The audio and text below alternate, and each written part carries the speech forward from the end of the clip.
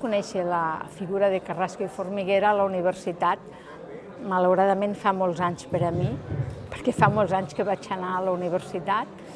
però la vaig conèixer i no a través dels professors, sinó a través d'alguns companys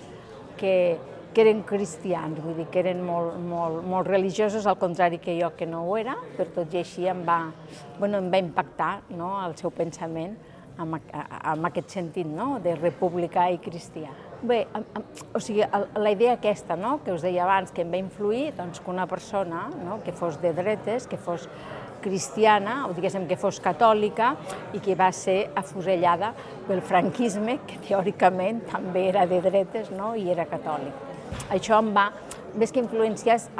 realment em va impactar.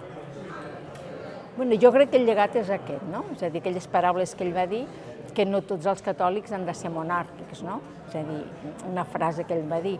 que no penseu que tots els catòlics han de ser monàrquics, i suposo que es referia a ell, perquè era una persona que era cristiana, era molt creient, però que en canvi era molt republicana, que va ser molt fidel a la república i això li va costar la vida. Jo crec que aquest és el seu llegat, és a dir, que republicans, que el fet de ser republicà, el fet de ser demòcrata, no té res a veure amb les creences religioses, que pot ser molt creient o no creient, però pot ser demòcrata i pot ser republicà. Jo crec que aquest és el seu llegat